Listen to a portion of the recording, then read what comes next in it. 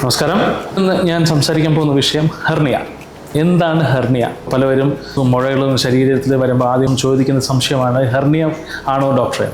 Hernia എന്ന് പറയുന്നൊരു അവസ്ഥ ദശേൻ്റെ ബലക്കുറവ് കൊണ്ട് കുടലിൽ ഉള്ളിലിരിക്കുന്ന സാധനങ്ങൾ പുറത്തോട്ട് വരുന്ന ഒരു അവസ്ഥയാണ് നമ്മൾ ഹെർണിയ എന്ന് പറയുന്നത്. ഈ ഹെർണിയ പല കാരണങ്ങൾ കൊണ്ടുണ്ടാകും. സ്ട്രെയിനിങ്ങിൻ്റെ ഭാഗം, നമ്മൾ എന്തെങ്കിലും സർജറീൻ്റെ കോംപ്ലിക്കേഷൻസ് കൊണ്ട് ഭാഗം, ഇതായിട്ട് വരുന്ന ഒരു അവസ്ഥയാണ് നമ്മൾ ഹെർണിയ പറയുന്നത്. ഹെർണിയ ഡയറക്റ്റ് ഹെർണിയാസ് ഉണ്ട്, ഇൻഡയറക്റ്റ് ഹെർണിയാസും ഉണ്ട്.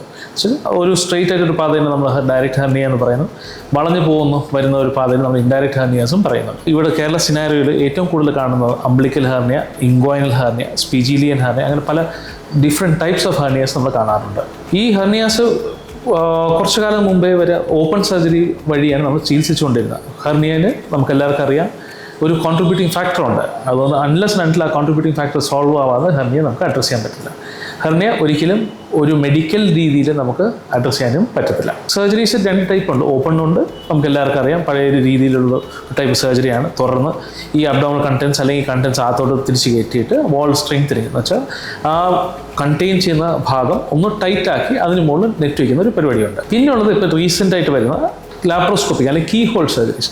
ഒരു വളരെ ചെറിയ ദ്വാരം വഴി നമുക്ക് ഇൻസ്ട്രുമെൻറ്റ്സ് കയറ്റി ആ ഹെർണിയ നമുക്ക് റിപ്പയർ ചെയ്യുന്ന പല ടൈപ്പ് ടെക്നീക്സ് രീതികളും ഇപ്പോൾ ലഭ്യമാണ്. ഇത് തമ്മിൽ വ്യത്യാസം ഒന്ന്, ഓപ്പൺ ഹെർണിയാസ് അറിയാം, നമുക്ക് എല്ലാവർക്കും അറിയാം, മുറിവ് ഉണങ്ങാൻ കുറച്ച് സമയം എടുക്കും, 10-15 ദിവസം ഹോസ്പിറ്റലിൽ കിടക്കേണ്ടി വരും, കുറച്ച് എക്സ്ട്രാ കെയർ വേണം.